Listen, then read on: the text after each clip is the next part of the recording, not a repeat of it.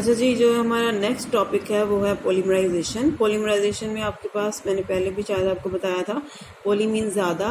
Polymerisation ऐसा process होता है जिसमें छोटे छोटे यूनिट्स मिलके एक लंबी चेन या एक बड़ा यूनिट बनाते हैं, दैट इज़ योर पॉलीमराइजेशन। ठीक है, और इसमें होता क्या है, हमारे पास अल्काइन जो है वो पॉलीमराइज होती हैं, ठीक है, टेम्परेचर और कैटलिस्ट की मौजूदगी में, और हमारे पास ये पॉलीमर्स तैयार होते हैं। अब कौन कौन से पॉलीमर्स तैयार हो सकते हैं, ये उसके कुछ रिएक्शंस हैं।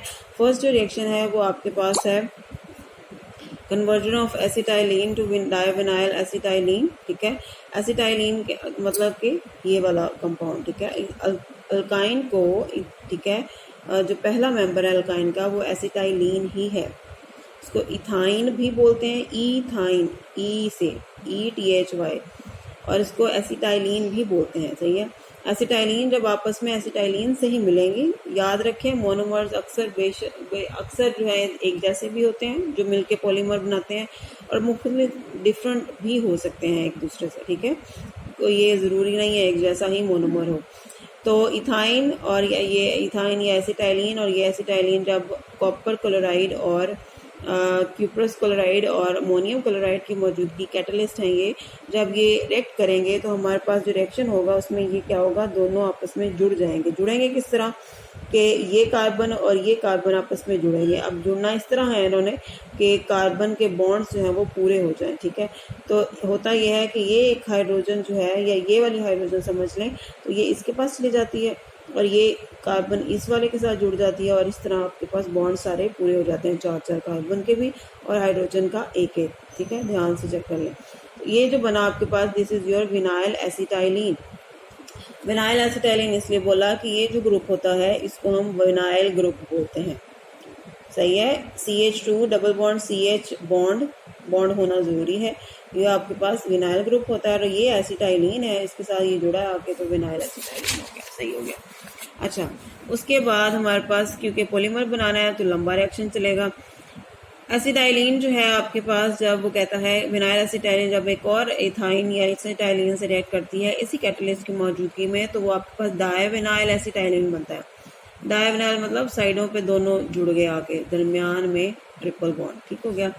फिर अगर हम कहते हैं हम इसी पिछले रिएक्शन में ही हम इस तरह ये जुड़ते रहते हैं, तो ये आपके पास बन जाता है। अगर हम कहते हैं HCl इस वाले में ऐड कर दें, ये जो विनाइल एसिटाइलिन पहले रिएक्शन में बनाया इसी रिएक्शन कैटलिस्ट की मौजूदगी में, तो ये आपके पास क्लोरीन आके अटैच हो जाती है इसकी।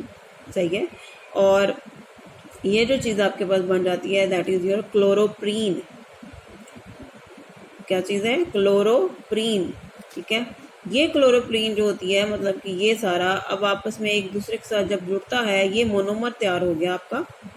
सही है, मोनोमर हो गया बड़ा सारा। अब इसी तरह के और मोनोमर बन के, तो जब जुड़ेंगे आपस में पॉलीमर बनेगा, तो उसको जो बनता है उसको हम नियोप्रीन बोलते हैं, दैट इज योर नियोप्रीन। ये सिंथेटिक रबड़ होती है। सिंथेटिक रबड़ क्या चीज़ होती है? सिंथेटिक रबड़ आपके पास होती है जो खुद से तैयार की गई रबड़ होती है।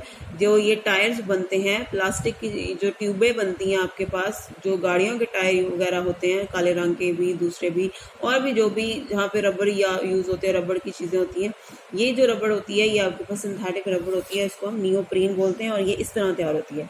ये आपके MCQ बहुत ज़्यादा आता है। ठीक है, वो पूछ लेता है नियोप्रीन का मोनोमर क्या है, तो वो अक्सर और बेशतर आपके पास कंफ्यूजन में डाल देते हैं। वो अक्सर इथाइन भी लिख देते हैं, क्लोरोप्रीन भी लिख देते हैं, लेकिन अगर ऐसा ऑप्शन आए कि चारों ऑप्शन में सिर्फ क्लोरोप्रीन मौजूद है, ठीक है, तो आपने क्लोरोप्रीन पे टिक करना है कि वो उसका मोनोमर होता है। और अगर इथाइन आ जाए तो उस पर भी कर सकते हैं, क्योंकि स्टार्ट जो काम हुआ था वो इथाइन से ही हुआ था। ठीक है, उसके बाद हमारे पास होते हैं एसिड बेंजीन के साथ जब रिएक्शन एसिटाइलिन, जब आपस में 3 अदद एसिटाइलिन जुड़ती हैं तो बेंजीन तैयार होती है। बेंजीन कैसे तैयार होगी?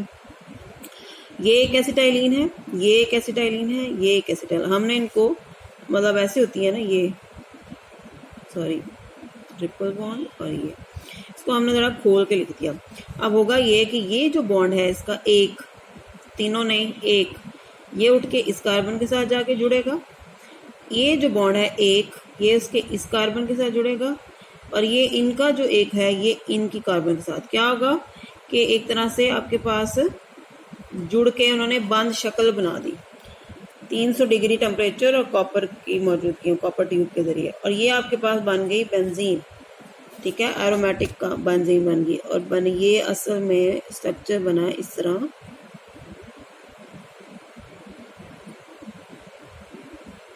ये कार्बन कार्बन है किनारों पे, ये हाइड्रोजन, ये हाइड्रोजन, ये क्या हो रहा है जी, ये हाइड्रोजन, ये हाइड्रोजन और ये हाइड्रोजन। क्लियर होगी बात।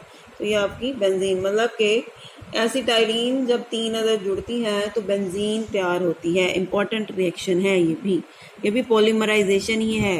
एक तरह के 3 मोनोमर जुड़ के आपके पास एक पॉलीमर बना रहे हैं, that is your benzene. Clear, good.